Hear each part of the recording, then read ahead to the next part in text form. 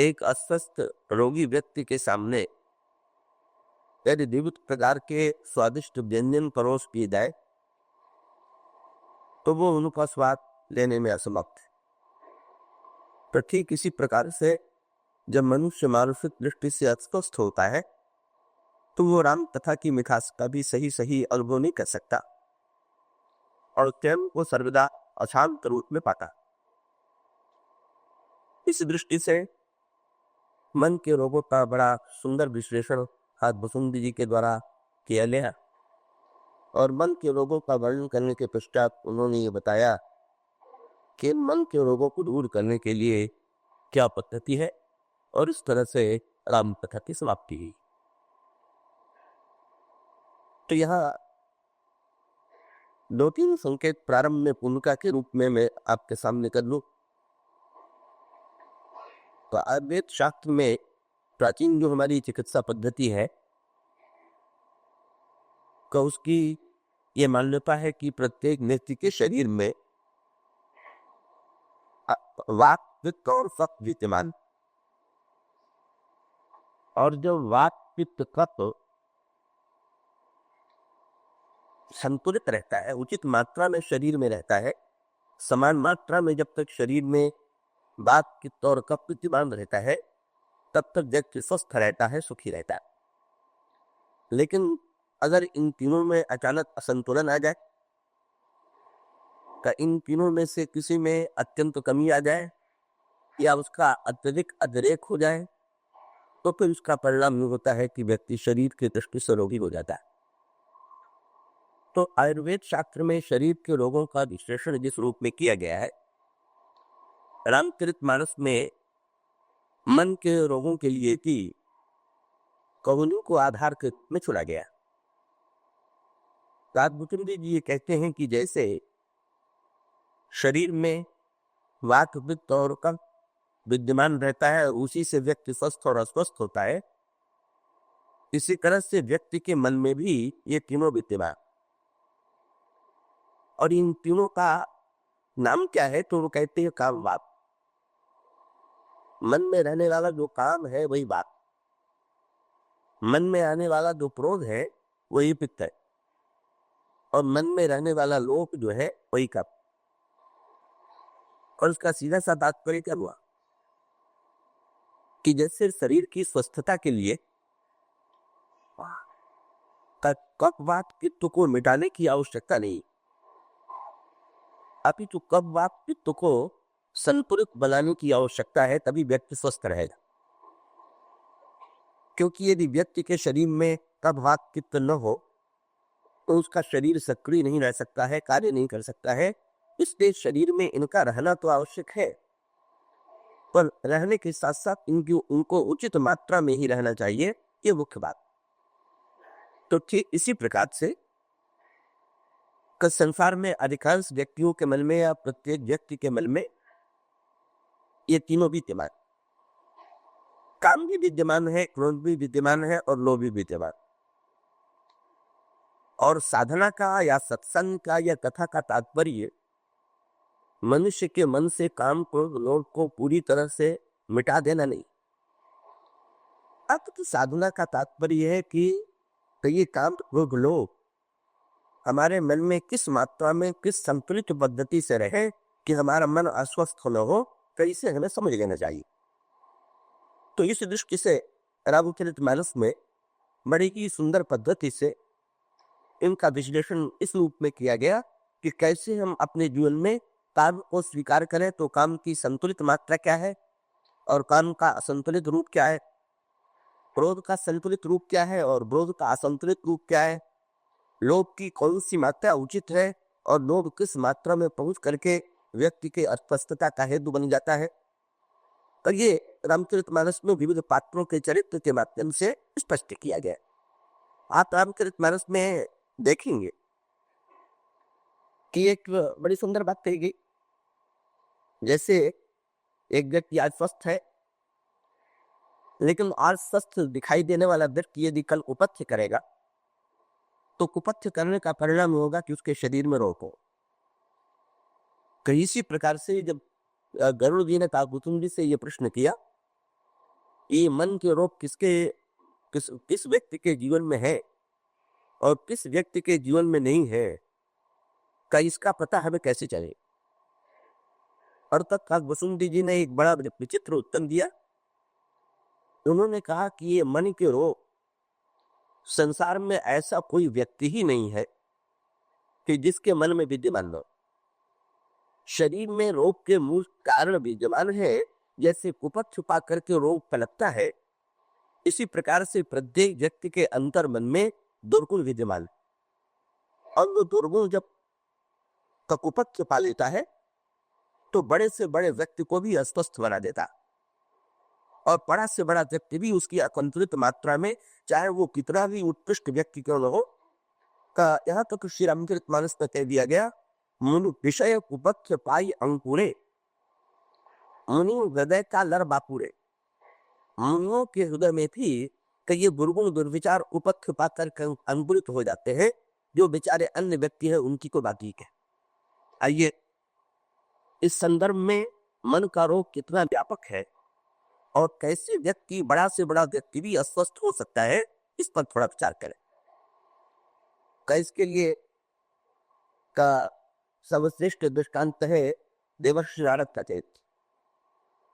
देवर्षि नारद महान संत है, महान ज्ञानी है और भक्तों में भी वे अग्रणी है। लेकिन देवर्षि नारद के चरित्र के माध्यम से भगवान मानव संसार के जीवों को ये बताना चाहते हैं कि नारद जैसा व्यक्ति भी ये सावधान न रखे तो जैसे जो संसार में जो रोगी है वो वही रोगी नहीं रह सकते। आपने देखा होगा कि बहुत से बार हुई जो डॉक्टर भी बीमार पड़ जाते हैं, इसका अभिप्राय कि दोनों दूसरों को स्वस्थ करने वाला भी ये किससे वो स्वास्थ्य के नियमों का पालन नहीं करेगा तो चाहे कितना भी बड़ा व्यक्ति हो न हो, वो भी अस्वस्थ हुए देना नहीं रहे। इस दृष्टि से देवर्षि नारद के चरित्र का बड़ा सुंदर विश्लेषण किया गया। प्रसंग आता है, देवर्षि नारद एक बार भ्रमण करते हुए हिमालय की उपत्यका में गए और उधर हिमालय की तलहटी में पहुंचे तो वहां पर बड़ी सुंदर गंगा की धारा बह रही थी। दृश्य वहां का बड़ा सुंदर था और वहां पर उस सुंदर दृश्य को देख करके देवर्षि नारद के हृदय में कई इच्छा उत्पन्न हुई कि यहाँ पर बैठ करके हम भगवान के ध्यान में डूब गए, और वे सचमुच ध्यान में तल्लीन हो गए, डूब गए। और वे सचमुच ध्यान में ऐसे डूबे कि नारद को जो शाप था वो शाप भी वहां पर गतिशील नहीं हो पाए। नारद को शाप था कि वे 2 घड़ी से अधिक कहीं न टिके, और ये शाप दिया था दक्ष प्रजापति ने। ब्रह्मा ने जब दक्ष प्रजापति से कहा कि तुम सृष्टि का विस्तार करो, तो उन्होंने पुत्रों को जन्म दिया, और पुत्र जरा पढ़ लिख करके जब बड़े होने लगे तो देवर्षि नारद वहां पधारे और उन्होंने उनको ऐसा उपदेश दिया कि वो घर बात छोड़ करके साधु हो गए। दक्ष को बड़ा क्रोध आया, मैं संसार के विस्तार में लगा हुआ हूँ, मैं तो पिता ब्रह्मा की आज्ञा का पालन कर रहा हूँ और ये बाबा सबको घर छुड़ाए दे रहे हैं। तो उन्होंने नारद को पटकाते हुए कहा कि आप ऐसा क्यों करते हैं। तो नारद जी ने कहा कि त्याग श्रेष्ठ है कि बहुत श्रेष्ठ। तो दक्ष ने तर्क ये किया कि भले ही त्याग श्रेष्ठ हो, लेकिन त्याग व्यक्ति के जीवन में तभी आना चाहिए जब एक बार व्यक्ति भोगों को भोगे, क्योंकि यदि भोगों को भोगे बिना वो त्याग जीवन में स्वीकार करेगा तो वो त्याग उसका टीका करेगी। बाद में कभी न कभी उसके अंतर्मन में भोग की विलास जागृत होगी। इसलिए पहले व्यक्ति स्वयं भोगों की विशेषता, उसका सुख और दुख अपने जीवन में अनुभव कर ले, और अनुभव कर लेने के पश्चात फिर जब वो सत्य कि नहीं ये भोग दुख रूप है और उनका वो त्याग करे तो उसका त्याग सार्थक। इसलिए श्रीमद् भागवत में दक्ष प्रजापति ने नारद से कहा, नानो बुरी न जानाती प्रमाण विषय तीक्ष्णता। बिना अनुभव के व्यक्ति विषयों की बुराई का अनुभव कैसे करेगा। इसीलिए पहले गृहस्थ बनने की शास्त्र की परंपरा है और बाद में संन्यास की।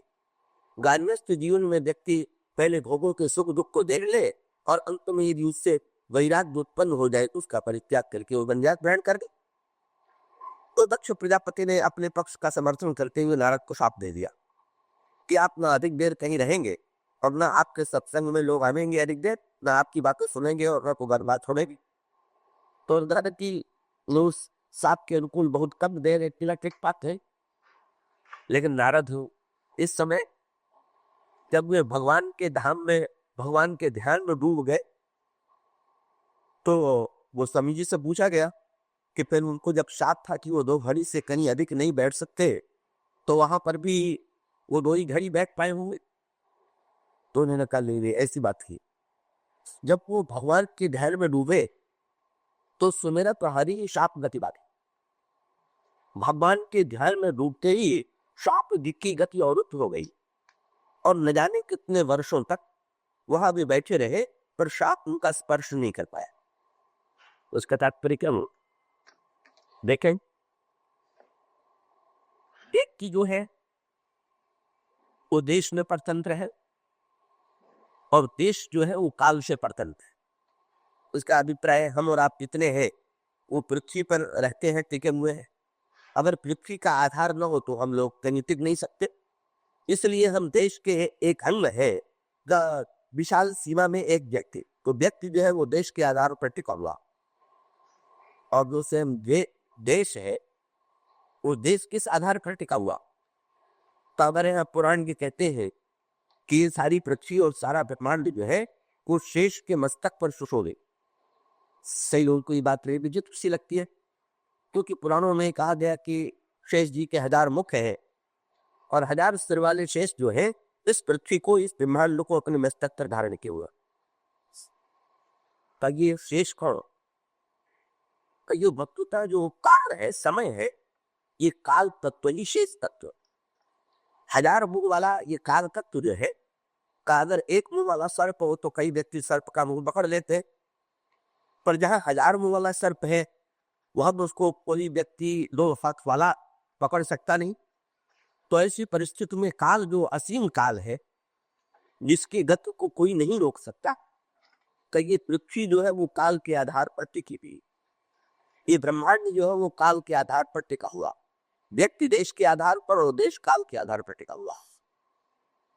पर स्वयं काल, ये काल जो है कहाँ?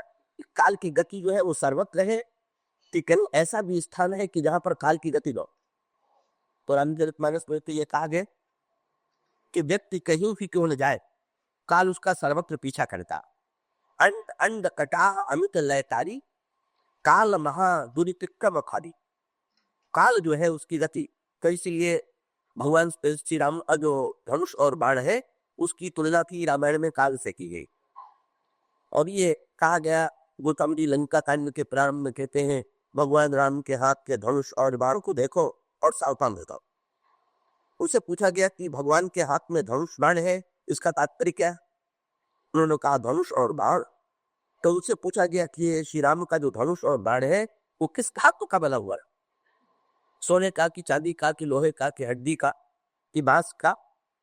वो स्वामी जी ने कहा कि बस तो ईश्वर का जो धनुष है, ईश्वर का जो बाण है, उसकी व्याख्या करते हुए लंका कांड के प्रारंभ में कहते हैं लव निमेश परमाणु युग, बरस कल्प सरचंड, बजसी न मन तेगी राम कह, काल जासुको दड़ी। ये जो धनुष है श्री राम का, यही काल। और वो श्री राम का जो बाण है ये हम लोगों ने जो समय के टुकड़े टुकड़े कर लिए हैं। हम कहते हैं कि इस समय 1 घंटा हो गया, ये राम का एक बाण। 1 दिन हो गया, ये 1 दिन भी राम का बाण। 1 महीना बीत गया, ये भी श्री राम का बाण। इस तरह से तो 1 क्षण से लेकर के 1 पल से लेकर के तो जितने युग और कल्प है वो सब के सब ईश्वर के बाण। और उसकी बड़ी सांकेतिक भाषा आती है कि अगर कोई व्यक्ति काल से बचना चाहे तो वो कहीं भी जाने की चेष्टा क्यों न करे, काल सर्वत्र उसका पीछा करता। इसलिए रामायण में एक संकेत आता है आरण्य कांड के प्रारंभ में कि भगवान की महिमा सुन करके उनका दर्शन करने के लिए जयंत चित्रकूट में आता है। चित्रकूट में जिस समय वो श्री राम के पास पहुंचा, उस समय श्री राम जनक नंदिनी सीता का श्रृंगार कर रहे थे। तो उस दृश्य को देख करके जयंत के मन में बड़ी अश्रद्धा उत्पन्न हुई और उसने सोचा कि मैं तो ईश्वर का दर्शन करने आया था, ये तो कोई श्रृंगार और विषय का लीन रहने वाला राजकुमार है जो तपस्वी वेश धारण करने के बाद भी अपनी पत्नी को फूल के गहने सजा रहा, वो ईश्वर हो सकता? परिणाम क्या हुआ? उसके मत में जब अश्रद्धा उत्पन्न हुई तो उसने सीता जी के चरणों में क्रोध से आकर के कौवे का वेश बनाया और सीता जी, भगवान राम उस समय सीता जी के गोद में सिर रख करके लेट गए। उसी समय कौवे ने आकर के काकू उस जयंत ने आकर के चोट से प्रहार किया और जो ही चोट से प्रहार किया श्री सीता जी के चरणों से रक्त बाहर निकला और जो ही उस रक्त पर श्री राम की दृष्टि पड़ी, भगवान श्री राघवेंद्र क्रुद्ध हो गए। रामचरितमानस में लिखा हुआ है, कहीं कहीं तो रक्त निकलना कल्याणकारी है और कहीं कहीं रक्त निकलना बड़ा दुखदायी। जैसे लंकिनी को हनुमान जी ने मुक्का मार दिया तो उसके मुंह से भी रक्त निकला। शत्रुघ्न जी ने मंथरा पर प्रहार किया तो उसके मुंह से भी रक्त निकला। तो जब मंथरा और लंकिनी के मुंह से रक्त निकले तो ये परम कल्याण का हेतु। पर जब सीता जी की चरणों से रक्त निकलने लगे तो उससे बढ़कर के कोई प्रतिक्रिया नहीं हो सकती। रक्त का अर्थ आपको पता होगा, रक्त का अर्थ है राग। जब किसी परित्यागी महात्मा की चर्चा करते हैं तो कहते हैं महात्मा बड़े विरक्त है। विरक्त माने जिसमें रक्त कम। तो रक्त कमों का अर्थ ये तो नहीं हुआ कि कोई दुबला पतला है तो रक्त की कमी वाला महात्मा हो गया और जिसके शरीर में रक्त अधिक है वो महात्मा नहीं हुआ। नहीं, उसका तात्पर्य ये है कि शरीर से के रक्त से संबंध नहीं, मन में भी रक्त है और मन में जो रक्त है वो राग जो है मन का वही रक्त है। और उसका अभिप्राय ये है लंकिनी प्रवृत्ति, मंथरा लोभ की प्रवृत्ति है। और उसका अभिप्राय ये है कि हमारे लोभ की प्रवृत्ति में अगर मंथरा का रक्त बहास का अभिप्राय कुछ लोभ की वृत्ति अगर कम हो, ये बहुत बढ़िया बात है।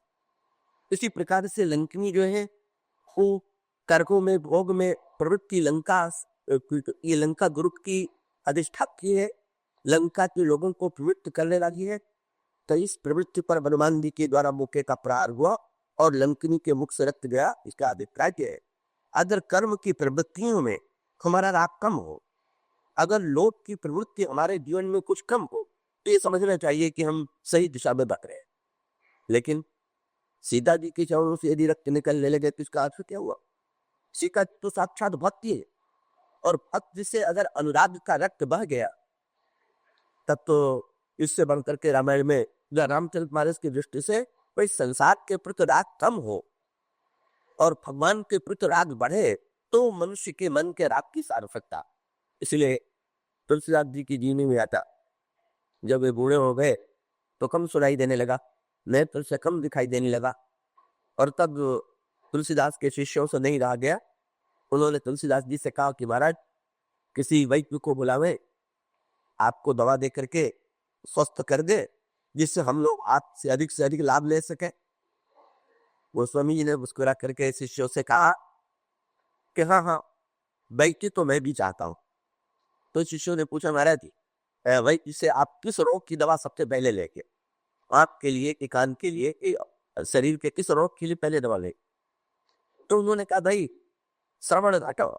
तुलसीदास जी कहते हैं श्रवण घटाओ, अगर कान से सुनाई देना कम होता है तो कम हो जाए और पूरी दृष्टि घटाओ, और अगर आंखों की ज्योति कम होती है तो भी कम हो जाए, उसके भी चिंता बुझे नहीं।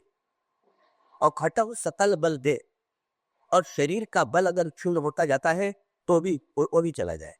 लेकिन वैद्य को बुला करके लाओ और वो वैद्य देखे कि कहीं इनके घटने के साथ साथ एक वस्तु और तो नहीं घट रही है। अगर वो घट रही हो तो वैद्य ऐसी दवा दे कि वो वस्तु न घटने पाओ। और वो कौन सी वस्तु है? तुलसीदास कहते हैं श्रवण घटम पूरी दीर्घ घटम सकल बल दे, इते घटे थकी है न पछु, घटे न हरिसो में। तब भगवान से प्रेम तो नहीं घट रहा है। अगर भगवान से प्रेम घट रहा हो तो जरूर दवा चाहिए कि जिससे वो प्रेम बढ़ जाए। तो अनुराग जो है वो तो भगवान के चरणों में बढ़ता जाए। तो श्री सीता जी तो भगवान के श्री राम के अनन्या दुरागनी परम अनुरागनी है। पर मूर्ख जयंत ने उनके चरणों में जब प्रहार किया और चरणों से रक्त निकला तो उसका अभिप्राय ये है उसने भक्ति के राग को नष्ट करने की चेष्टा की। और जब उसने भक्ति के राग को नष्ट करने की चेष्टा की तो फिर भगवान ने दंड देने का निर्णय किया। और दंड देने के लिए जयंत ये भी सोच रहा था। उस समय जब श्री राम सीता जी का श्रृंगार कर रहे थे, तो उस समय उनके हाथ में धनुष बाण नहीं, तो सोचने लगा कि राजकुमार अगर मुझ पर प्रहार ही करना चाहेंगे तो अस्त्र भी नहीं है तो कर क्या लेंगे। लेकिन श्री राम ने अनोखा कौतुक किया और उन्होंने एक सीख उठा ली। श्री राम सीख ले आए थे फूलों के गहने गूंथने के लिए। धागे में तो वो गहने नहीं गूंथे गए थे, पंख की सीख के द्वारा, वृक्ष के सीख के द्वारा वो गहने गूंथे गए। भगवान राम ने जिन सीखों के द्वारा आभूषण बनाया था, उसमें से भी कुछ सीख जो है वही सामने पड़ेगी। श्री राम ने तुरंत उसमें से एक सीख उठा लिया और एक सीख को धनुष की तरह टेढ़ा किया और दूसरी सीख को लेकर के उस पर रखा। और जब श्री राम ने जयंत की ओर चलाने का विचार किया तो जयंत को हंसी आ गई। बोले, राजकुमार भी कितना नासमझ है, ये सीख का धनुष और सीख का बाण मुझ पर चला रहा है। मैं इंद्र का पुत्र, भला सीख मेरा क्या बिगाड़ लेगी? ये फूल के गहने गूंथने का साधन मुझ पर क्या प्रभाव डालेगा? लेकिन कब पता चला उसको कि सचमुच श्री राम का धनुष कोई वस्त्र थोड़ी है, वो ईश्वर का जो संकल्प काल है, कवली काल वस्तुतः उनका धनुष। कब वो धनुष उनका कौन संकल्प है, काल के रूप में सक्रिय रहने वाला, निरंतर संहार करने वाला। और तब श्री रामचरितमानस पे आपने पढ़ा होगा, सुना होगा कि जिस समय सीख का बाण श्री राम ने जयंत के पीछे लगा दिया, जयंत वहां से भागा और भाग करके कहां गए? उसने सोचा काल पीछा कर रहा है, अब दिखाई देने लगा उसको काल। और जब काल पीछा कर रहा है तो कहां जाए? तो सोचा है स्वर्ग अच्छा रहेगा, क्योंकि स्वर्ग जो है वो अमर लोक है। देवताओं के लिए हम लोग कहते हैं देवता अमर है, इसलिए अगर मैं स्वर्ग चला जाऊं तो काल से पीछा छूट जाएगा। लेकिन जब वो स्वर्ग में पहुंचा तो उसने बड़े आश्चर्य से देखा लौट करके कि वो बाण अब भी पीछा कर रहा। तो उसका राइट है कि भले ही हम लोग स्वर्ग को के देवताओं को अमर कहते हैं, पर क्या ये देवता अमर हैं क्या? ये प्रश्न है। वहां साल की गति नहीं है क्या? और उसका उत्तर है कि नहीं भाई, का अमर को ये जो मच्छर मक्खी है, का ये मच्छर मक्खियां हम ही लोगों को अमर और देवता समझती है, क्योंकि हम लोग बड़े बड़े भवनों में रहते हैं और उनकी तुलना में हमारी आयु बड़ी लगती है, तो वो लोग शायद हम ही लोगों को देवता समझ के कि भाई ये तो स्वर्ग के देवता है, और हम लोग को तुच्छ मरण धर्म है, अपने को ही समझते। सत्य ये है कि जैसे मच्छर मक्खी के सामने मनुष्य अमर प्रतीत होता है, इसी प्रकार से मनुष्य की तुलना में देवता अमर प्रतीत होता है, पर वस्तुतः देवता भी अमर नहीं, वो भी काल की गति में होते हैं। और उसीलिए संकेत वर्णन आता है, फिर वो स्वर्ग से इंद्र ने निकाल दिया तो ब्रह्मलोक में चला गया। कौन समझता था जहां ब्रह्मलोक है वहां पर काल की गति नहीं, पर ब्रह्मलोक में भी जब प्रवेश करता है तो वहां पर भी श्री राम का बाल पीछा कर रहा है। और इनका अभिप्राय है कि देवताओं की तुलना में ब्रह्मा की आयु बहुत, पर ब्रह्मा की आयु भी केवल 100 वर्ष है, और उतना वर्ष इतना लंबा चौड़ा जरूर है जो हम लोगों को आश्चर्य में डालने वाला। कहा जाता है ब्रह्मा जो है 100 वर्ष तक जीवित रहते। पक्का 100 वर्ष कैसा है? तो ये कहा गया कि चारों युग जब 1000 बार बीत जाता है तो ब्रह्मा का एक दिन होता, और इस गणित के मापदंड से 100 वर्ष तक वो रहते हैं। वो है तो बड़ा लंबा छोड़ा, लेकिन खुद के काल की भी तो कोई सीमा। और इसलिए वर्णन आता है कि वो जहां पर जाता है वहीं पर काल की गति पाता है। ब्रह्मधाम शिवपुर सब लोका, मेरा भ्रमित भय व्याकुल शोका, काबू बैठन कहा नोवी राख उसके राम कल बोली। काल की गति वो सर्वत्र जब व्यापक रूप में देखता है, तब उसके पश्चात नारद के बल में दया आती है।